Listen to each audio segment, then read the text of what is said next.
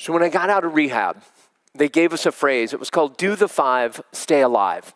Now, I'm not going to do a talk about rehab, but I am going to use that headline, but I came up with my own steps. The first one is, whatever you can do to water your grass. You decide for yourself what that means, but water your own grass. Secondly, as you could expect, clear away your brush. You are responsible for taking the things out of your life that could be combustible. The third I took on at the beginning of this year, and it has been phenomenal for me, and that is to consume intentionally. At the beginning of 2025, I said I am responsible for what goes in my mouth, what goes in my eyes, and what goes in my ears.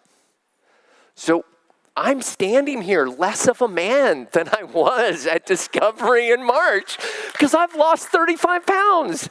Those of you who've seen Joshua, our 7-year-old, that's how much weight I lost. When I put him on my shoulders, I'm like, whoa, I was carrying that around. But it's also being intentional about what I read and what I listen to. News doesn't find me in my feed. I choose to go to it because I consume intentionally. Fourth, don't pull out your phones unless you're taking great pictures. That's fine. Don't pull out your phones right now, but I want you to think about the keyboard of your phone because you have in your hands a tool for your own flourishing and your own recovery.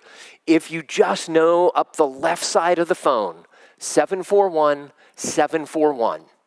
That will connect you. If you type home as a text to 741-741, that will connect you with a crisis counselor from the crisis text line.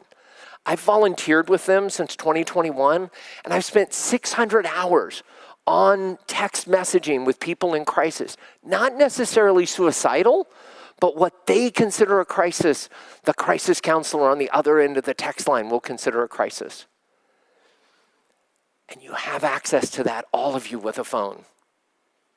And finally, build your own dream team. Put together, assemble who you need in your life that will allow you to have the life that you want. In my early years of recovery, it was my sponsor, it was my spiritual director, it was my CPA who helped me get my finances back in order. It was my sister who helped me know that I could get my bills paid on time. And it was my therapist and my physician. They didn't know each other, but they were all committed to my life, just like that team of people was the night of June 11th. So build your own dream team.